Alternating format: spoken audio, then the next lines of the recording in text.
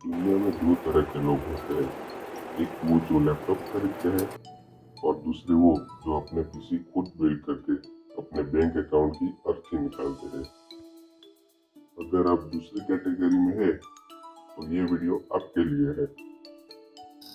सबसे पहले एक ऐसा केस लीजिए जिसमें इतनी आरजीबी लाइट्स हो कि पड़ोसी को लगे आपके घर में शादी है या कोई यूएफओ लैंड हुआ है। एक प्रो टिप देता हूँ, ग्लास पैनल वाला ही देना ताकि आप अपनी बिखरी हुई तारे लिखकर रोज रो सके। अब बारी है प्रोसेसर की। इंटेल या एएमडी, ये बहस कभी खत्म नहीं होगी। बिल्कुल वैसे ही जैसे आपके पैसे। प्रोसेसर को सॉकेट में इतनी प्यार से रखे जैसे कि नवजात बच्चे को पकड़ रहे हो। अगर एक भी पिन मुड़ी तो समझिए आपका महीने का राशन गया।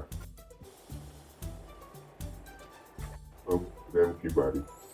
रैम को स्लॉट में तब तक दबाइए जब तक क्लिक की आवाज ना आए।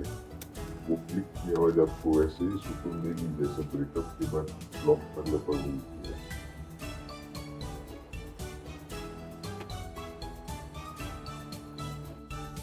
रफ्तार का राज DSSD। जमाना गया वो कर करने वाली हार्ड ड्राइव का। अब जमाना है NVMe SSD का। तो देखने में च्युइंगम की स्टिक जैसी लगती है पर कीमत में पूरे घर का राशन। मदरबोर्ड पे वो छोटा सा स्लॉट ढूंढिए जो M2 लिखा होता है। ये इतना छोटा है कि अगर अपने चश्मे नहीं पहने तो शायद मिले ही ना।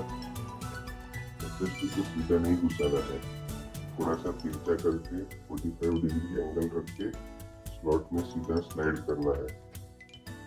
अब बारी है छोटे से स्क्रू की, जो अगर गिर जाए तो सीधा दूसरे डायमेंशन में चला जाएगा।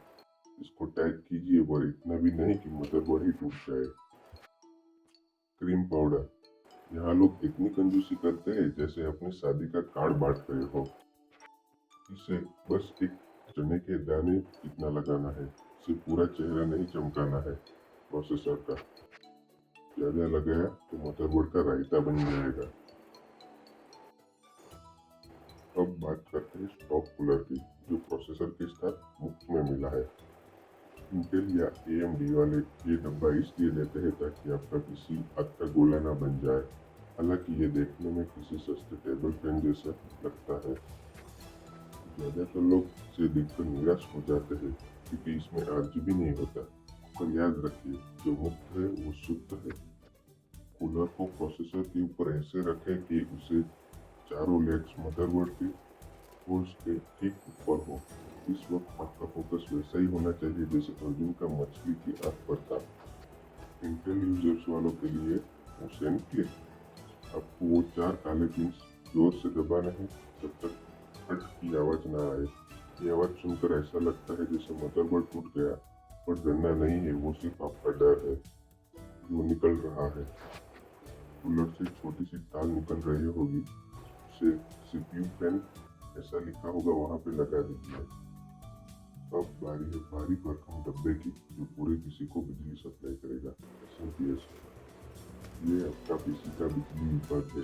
इसका काम है ट्रांसफॉर्मर की तरह करंट देना और आपके बिल को पॉकेट की तरफ और ले जाना। कैबिनेट में नीचे एक बड़ी सी जगह खाली होगी।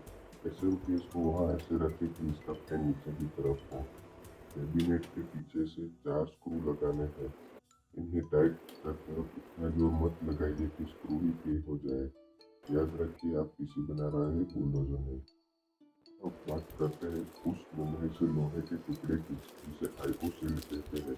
ये देखने में किसी सस्ते स्टील की पत्ती जैसा लगता है, पर इसका काम आपके मदरबोर्ड के पोर्ट्स को इज्जत देना और कैबिनेट के पीछे वाले छेड़े को करना है। इसे कर्व फिंगर स्लाइसर कहते हैं। क्यों कहते हैं वो मुझे कमेंट में बताना।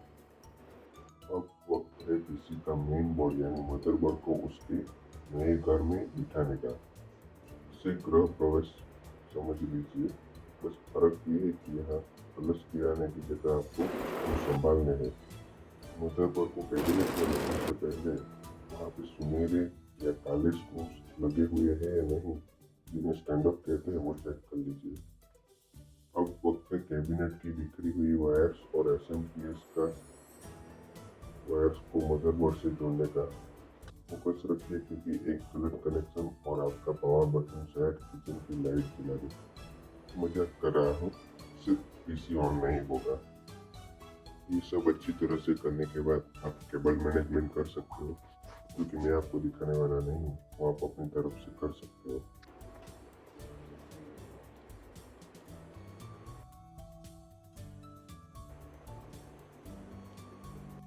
अब स्विच ऑन कीजिए, क्योंकि आपके पास एसएसडी है। विंडोज इतनी जल्दी लोड होगा कि आपको पछतावा करने का वक्त ही नहीं मिलेगा कि आपने जीपीयू के पैसे कहाँ उड़ा दिए। तो दोस्तों, ये था हमारा बिना जीपीयू वाला बैंक अकाउंट खाली करने वाला पीसी बिल्ड ट्यूटोरियल। अगर आपको ये वीडियो पसंद आई तो लाइक कीजिए। अगर आपको मेरा दुख अपना दुख लगा तो सब्सक्राइब कीजिए। और अगर आपके पास फालतू जीपीयू पड़ा है तो प्लीज़ मुझे डीएम कीजिए। मजाक नहीं कर रहा हूँ, सीरियसली। मिलते हैं अगले वीडियो में।